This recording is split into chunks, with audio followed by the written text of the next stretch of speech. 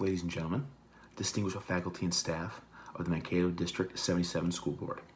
My name is Blake Pillar, a parent of 2 children in the Mankato Public School System whose courses will be impacted by the updated social studies curriculum issued by the state of Minnesota.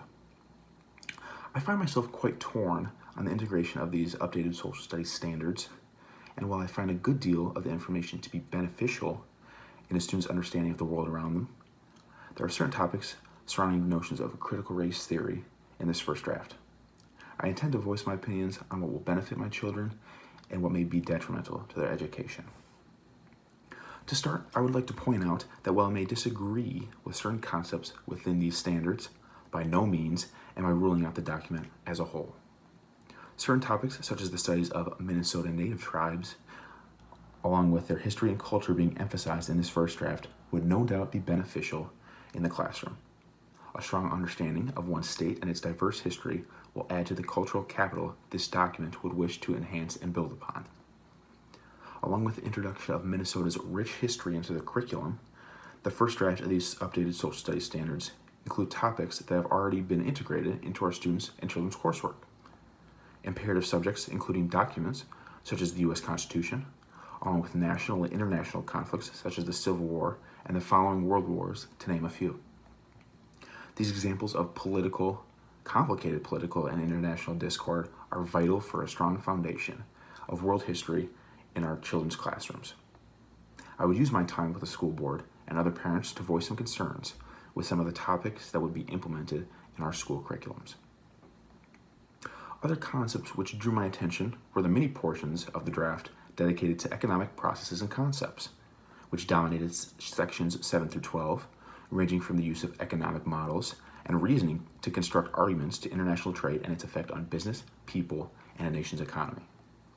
I've always found that a lack of life skills were taken into consideration within our classrooms, and teaching these ideas, such as how to apply economic concepts and models to develop personal financial goals in Section 9 of the Minnesota Academic Standards and Social Studies, would provide such important life skills.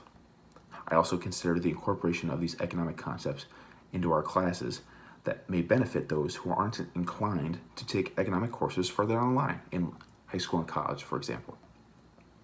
As I expound upon the topics which I may feel may provide broader perspective and benefit a student's understanding of certain cultural and economic processes, I would use my remaining time with the school board and other parents to voice my concerns with some of the topics that are planned to be implemented in our schools. Despite my support so far, I'm all the while aware of the concepts surrounding the controversial critical race theory, which are occasionally displayed in these new academic standards. With the aforementioned additions to these social studies standards, I find that these concepts should be easy to integrate to the classroom. Whether this includes economics or the addition of the Minnesota Native American Studies, the application of these topics would blend seamlessly into our already established social studies classes.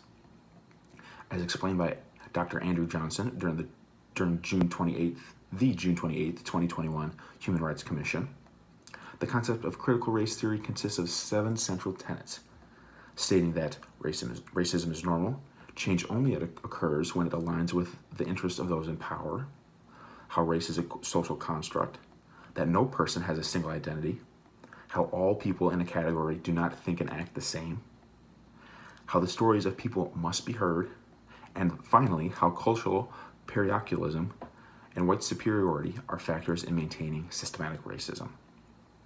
Such concepts are easy to understand and grasp by us adults in the room, where the sharing of these ideas are natural and have a proper place in this commission.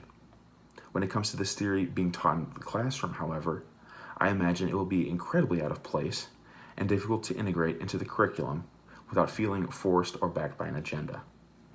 Especially in the classrooms of younger, impressionable students, such concepts can be easily misconstrued and taken advantage of by those who are politically driven to spread information about critical race theory, despite its components being so obviously laid out and easy to understand. As a parent of young, impressionable students in this very school district where these changes are taking place, I find myself at a crossroads.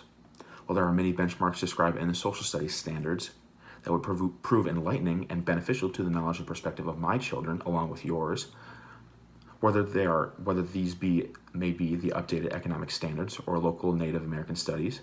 There are other concepts which are being awkwardly forced into the classroom, concepts that may be rife with misinterpretation and are easily taken advantage of to further the agendas of the majority that support critical race theory.